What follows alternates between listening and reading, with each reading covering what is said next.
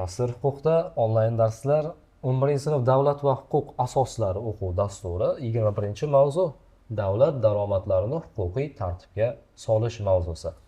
Aynan ushbu mavzuda davlat daromadlari, soliqlar tushunchasi va funksiyalari, soliqlar va boshqa majburiy to'lovlarning elementlari xususida gaplashib boshlaymiz. Davlat daromadi deganda nima tushuniladi? Davlat daromadlari bu davlatning ijtimoiy, iqtisodiy siyosatini amalga oshirish, mamlakat mudofaasi va xavfsizligini, shuningdek davlat organlari faoliyatini ta'minlash bo'yicha masalalarni hal qilish uchun zarur bo'lgan moliya bazasini yaratishga qaratilgan mamlakatning milliy daromadlarining bir qismi hisoblanar ekan. Aynan davlatning o'zini funksiyalarini amalga oshirish uchun tushadigan daromadlarning bir qismi bu davlat daromadi hisoblanar ekan. Bu oddiy tushuncha. Davlat o'z oldida turgan vazifa va funksiyalarni amalga oshirish uchun ma'lum bir moliyaviy resurslarga ega bo'lishi lozim. Shu sababli turli pul to'lovlari va ajratmalar ko'rinishidagi mamlakat milliy daromadining bir qismi uning ehtiyojlariga yo'naltiriladi. Natijada u o'z daromadlariga, ya'ni davlat daromadlariga ega bo'ladi. Bu daromad davlat egaligida bo'lib, tegishli davlat hokimiyati organlari tomonidan tasarruf qilinadi. Davlat daromadlarining manbasi va tizimi, shuningdek, ulardan har birining ahamiyati davlat iqtisodiy tizimiga bog'liq bo'ladi. Davlat daromadlari yagona tizimdan iborat bo'lib, uning elementlari pul mablag'lari ayrim turlarini muayyan majmuini tashkil etadi. Davlat daromadlarining yagona tizimi shu bilan izohlanadiki, amaldagi qonun hujjatlari davlat tomonidan o'zining barcha daromadlarini shakllantirish uchun foydalaniladigan pul mablag'larining ayrim bir turini belgilaydi. Davlat daromadlarining yagona tizimi ular mohiyatining eng muhim xususiyatlarini aks ettiradigan belgilarga qarab har xil turlar bo'yicha tasniflanadi. Demak, e'tibor qaratamiz, davlat daromadlarining yagona tizimi ular mohiyatining eng muhim xususiyatlarini aks ettiradigan belgilarga qarab har xil turlar bo'yicha tasniflanadi. Demak, biz davlat daromadlarini tasniflashimiz kerak bo'lar ekan. Demak, ularni xususiyatlariga qarab biz davlat daromadlarini tasniflaymiz, ya'niki guruhlarga ajratamiz. Xo'p, shakllanish va foydalanish tartibiga qarab davlat daromadlarini tasniflash. E'tibor qarating, birinchi tasniflash usuli. Xo'p, nima dedik? Shakllanish va foydalanish tartibiga qarab.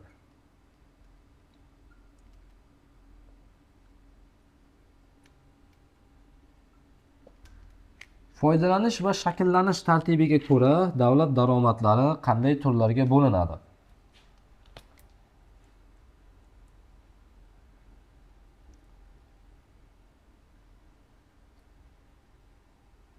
Markazlashgan daromadlar, keyingisi albatta o'z nomi bilan markazlashmagan daromadlarga bo'linar ekan. Bilib qo'ying buni tasniflanish xususiyatini ham. Shakllanish va foydalanish tartibiga qarab davlat daromadlari ikki turga ajratiladi. Birinchisi markazlashgan daromadlar, ikkinchisi esa markazlashmagan daromadlarga bo'linar ekan. Xo'p, e'tibor qaratamiz markazlashgan daromadlarga. Xo'p, soliqlar va boshqa majburiy to'lovlar to'laganidan keyin korxonalar olgan foyda va ular ixtiyorida bo'lgan boshqa daromadlarni mustaqil ravishda tasarruf etishi mumkin.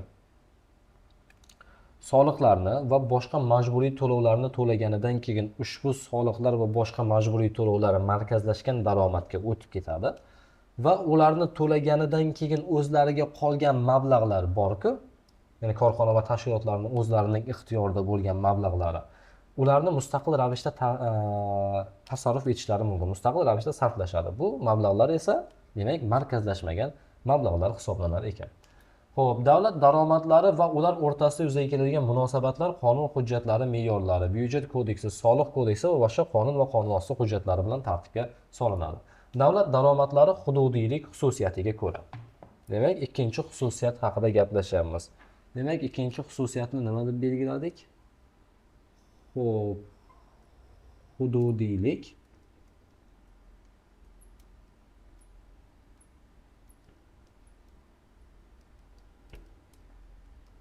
hududiylik xususiyatiga ko'ra. davlat daromadlari hududiylik xususiyatiga ko'ra, demak, qaysi turlarga ajratiladi? Davlat daromadlari hududiylik xususiyatiga ko'ra yana ikkita turga ajratiladi. Demak, bu respublika daromadlari, butun bir umumdavlat daromadlari hamda e'tibor qaratadigan bo'lsak, albatta mahalliy daromadlar. Mahalliy daromadlarga bo'linar ekan. Hududiylik xususiyatiga ko'ra davlat daromadlari, respublika daromadlari va mahalliy daromadlarga bo'linadi. Va davlat daromadlari yuridik xususiyati va shakliga ko'ra.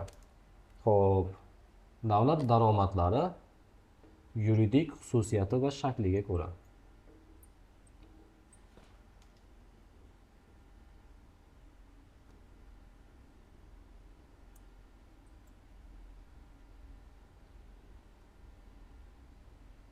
Davlat daromadlari yuridik xususiyati va shakliga qarab, demak, qaysi turlarga bo'linadi?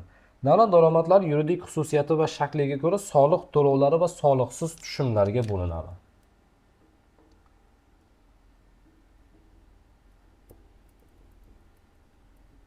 Soliq to'lovlari va ikkinchisi, demak, qanday? Soliqsiz tushumlar. Soliq to'lovlari va soliqsiz tushumlarga bo'linar ekan davlat daromadlari. Shu jumladan e'tibor qaratamiz, soliqlarga qanday xususiyatlari bor? Soliqlar albatta majburiy va individual qaytarib bermaslik xususiyati xosdir. Soliqlarga majburiylik xususiyati bor ekan va individual qaytarib bermaslik xususiyati bor ekan. Albatta soliqlarni to'lash majburiy va soliq to'lagandan keyin u soliq to'lagan solig'ing qaytarib berilmaydi. Soliqsiz to'lovlar, ya'ni soliqsiz tushumlar, soliqsiz to'lovlarga e'tibor qaratamiz.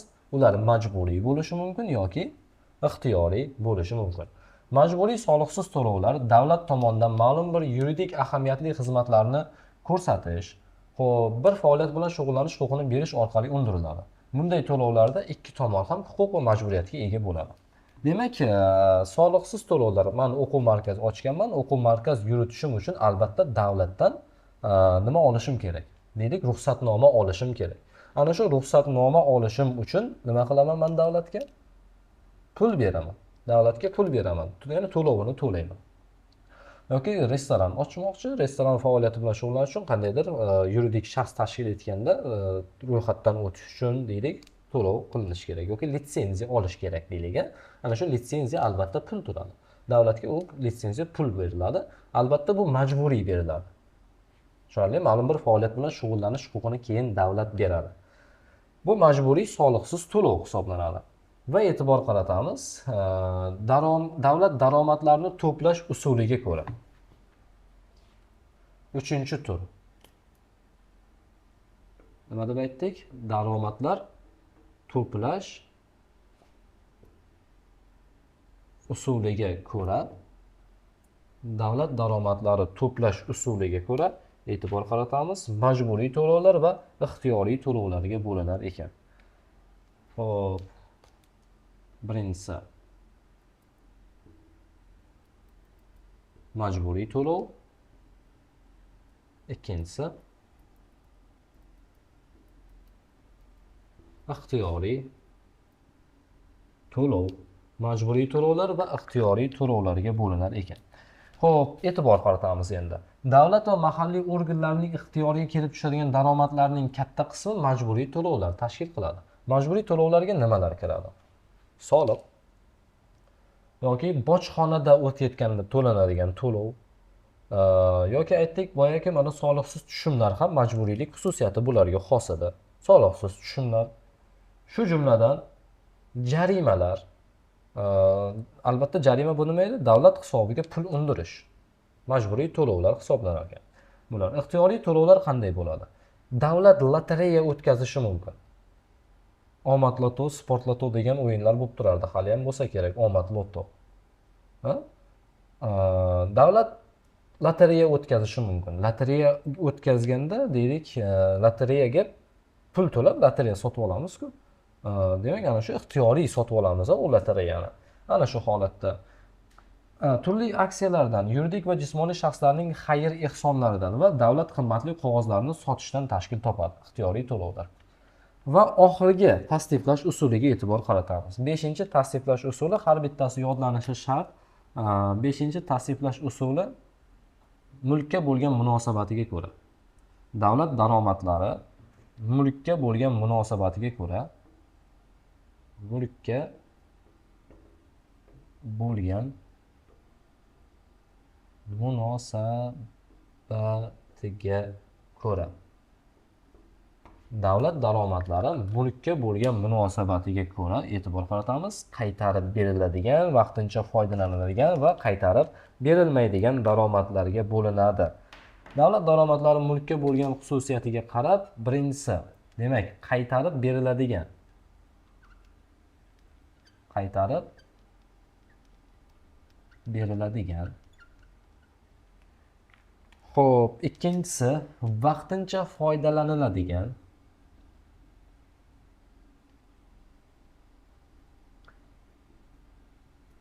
Foydalaniladigan. Va uchinchisi, albatta, qaytarib berilmaydigan. Qaytarib berilmaydigan daromadlarga bo'linadi. Demak, biz tasdiqladik davlat daromadlarini. Xo'p, soliq. Endi mana shu soliq bilan e'tibor qaratamiz.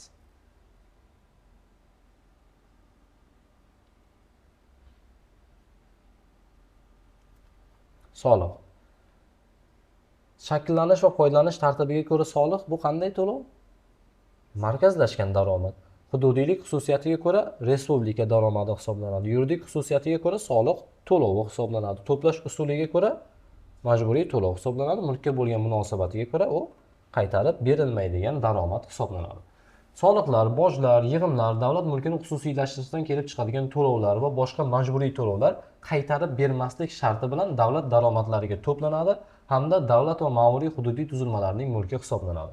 Vaqtincha foydalaniladigan daromadlar esa davlat va ma'muriy hududiy tuzilmalarning daromadiga kiritilmagan bo'lib, ular obligatsiyalar, zayomlar tarqatishdan, banklar tomonidan byudjetdan tashqari mablag'lar to'ldirish bilan beriladigan kreditlardan hosil bo'lgan daromadlar va boshqalar kiradi. Davlat byudjetiga to'planadigan markazlashtirilgan daromadlar mamlakat xarajatlari qoplanishining asosiy manbai hisoblanadi. Ular bevosita va bilvosita soliqlar asosida shakllantiriladi. E'tibor qaraydigan bo'lsak, soliqlar ularni to'lovchi shaxslar uchun qullik emas, balki ozodlik alomatidir deya Smit, ya'ni soliq solish nazariyasining asoschisi aytib o'tgan ekan. Xo'p, soliq tushunchasi va funksiyalari xususida gaplashamiz. Endigi mavzumizda, mavzuning ikkinchi qismida davlatning eng muhim belgilaridan biri unda soliqlarning joriy qilinganligidir. Moliya huquqining huquqiy institutlaridan biri sifatida soliq huquqi hisoblanadi. U soliq to'lovlarini joriy etish va undirib olish vaqtida yuzaga keladi. Demak, soliq huquqi qachon yuzaga keladi? Soliqlarni joriy etish va undirib olish bilan bog'liq bo'lgan ijtimoiy munosabatlarni tartibga soladigan huquq sohasi hisoblanar ekan. E'tibor qaratamiz. Xo'p, O'zbekiston Respublikasida bir qancha soliq to'lovlari mavjud. Misol uchun, daromad solig'i, qo'shilgan qiymat solig'i, aksiz soliq, suv resurslaridan foydalanganlik uchun soliq, yer solig'i singari soliq to'lovlari mavjud va barcha soliq to'lovlarini biz mazkur huquqning soliq kodeksi orqali shakllantirilgan, tasvirga olingan video darslari orqali ko'rishimiz mumkin. Aynan soliq kodeksidan video darslar mazkur huquqda mavjud va aynan soliqlar bilan bog'liq bo'lgan qo'llanmalarni ham bizdan mazkur huquqdan topishingiz mumkin. Aynan barcha soliq turlarini yodlash bizdan talab etiladi. Majburiy to'lovlarga nimalar kiradi? Bular soliqlar emas, lekin ular majburiy to'lovlardir.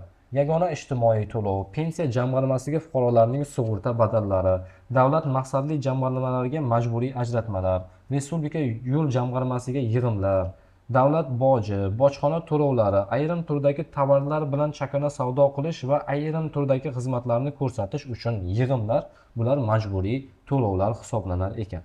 Demak, e'tibor qaratadigan bo'lsak, soliq va boshqa majburiy to'lovlarning elementlariga nimalar kiradi? Elementlarini aytamiz. Soliqlar va majburiy to'lovlarning elementlari. Birinchisi, soliqqa solish obyekti. Ikkinchisi, soliqqa solinadigan baza. Uchinchisi, stavka. To'rtinchisi, hisoblab chiqish tartibi. Beshinchisi, soliq davri. Oltinchisi, soliq hisobotini taqdim etish tartibi va yettinchisi esa soliqni to'lash tartibi hisoblanadi va mana shu soliqning 7 ta elementi albatta yodlanishi shart hisoblanar ekan. Demak, e'tibor qaratamiz. Soliqlar va boshqa majburiy to'lovlarning elementlari xususida siz bilan gaplashib o'tdik. Jismoniy shaxslarning soliqqa oid huquqbuzarlik sodir etganlik uchun javobgarligi necha yoshdan boshlanadi? Qani, taxmin qilib ko'ring, necha yoshdan boshlanishi mumkin? 16 yoshdan boshlanadi. Chunki bilamizki, 16 yoshdan u tadbirkorlik qila boshlashi mumkin yoki deylik qonuniy asosda mehnat shartnomasi bilan ishlayotgan bo'lishi mumkin. Albatta tadbirkorlik qilyapti, ishlayapti, topyapti-yu pul. Demak, soliq to'lash kerak. Daromad ko'ryaptimi? Soliq to'lash kerak bo'lar ekan. E'tibor qaratamiz. Qonun qudratli, biroq ehtiyoj yanada kuchliroq. Kim aytgan? Gyote aytib o'tgan bo'lar ekan. Yaxshi, to'ppa-to'g'ri. Soliqqa oid ilk dastlabki me'yorlar Hammurapi qonunlarida eramizdan avvalgi 18-asrga borib taqalashi to'g'risida bir qancha tarixiy ma'lumotlar ham berib o'tilgan. Xo'p, e'tibor qaratamiz mavzularimizga. Endi bu yoqdagi mavzular shunchaki gap so'zlardan iborat bo'lgan mavzular hisoblanar ekan. Mastur huquqda onlayn darslar. 11-sinf davlat va huquq asoslari o'quv dasturi 21-mavzu shundan iborat edi. Yana ta'kidlab o'taman, soliqlarni, barcha turdagi soliqlarni soliq kodeksi orqali o'rganib olish sizga tavsiya etiladi.